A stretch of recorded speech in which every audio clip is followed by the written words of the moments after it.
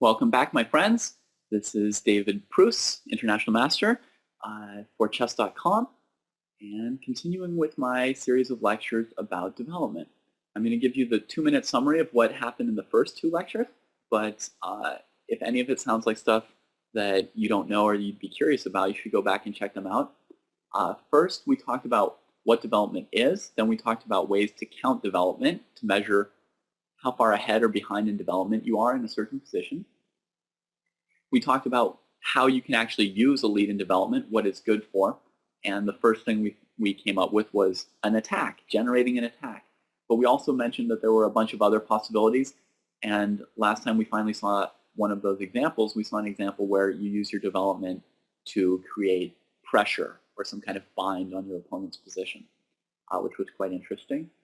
And we're also talking about what different factors in a position make development more or less valuable.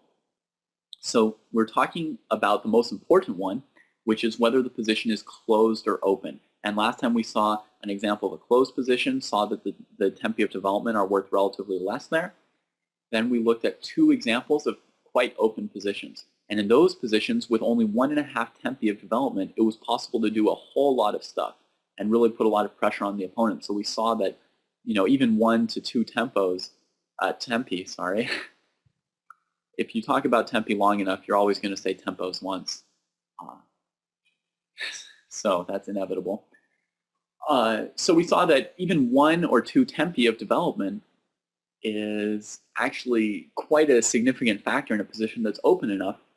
And then I introduced to you what I call a flexible position, which is neither open nor closed yet, and that's what we have before us at the beginning of this lecture here. This position from a kind of modern type of defense. I don't even know exactly what to call it, right? I mean, it almost looks like some stupid beginner defense or something like that, not to insult beginners, right? But I mean, it looks like, well, I'll move my pawns 1 square instead of 2, I won't occupy the center, and then I'll start moving my queen and trying to grab pawns. So that's what it might look like to you, but actually if you look up this position in the database, you'll find some grandmasters rated as high as 2,600 FIDE who have played this opening. So apparently it might be possible to play chess like this. The idea is that these fluid pawn structures are actually a little bit complicated to play, and it's hard to evaluate how much tempi are worth. Black's idea, if they're going to put their queen on the diagonal of your bishop, they probably actually are willing to take the pawn on b2 on the next move. So their idea would be that they can come grab b2, safely retreat their queen, and then when you try to open the position, they're going to try to perhaps avoid trading pawns with you at the times when you want and keep you from opening up the position in a way where you can generate a position that really values your tempi of development.